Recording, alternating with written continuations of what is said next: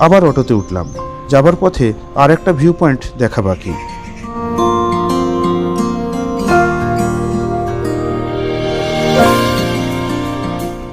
রাস্তার ধারে সম্পূর্ণ ধ্বংসপ্রাপ্ত কোনো নির্মাণ।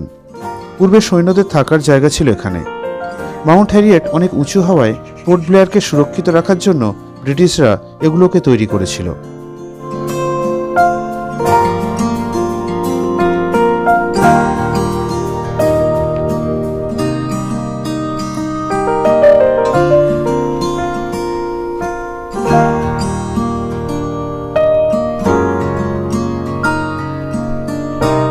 কাঠের ছোট ওয়াচ টাওয়ার নর্থ বে আইল্যান্ডকে আংশিক দেখা যাচ্ছে।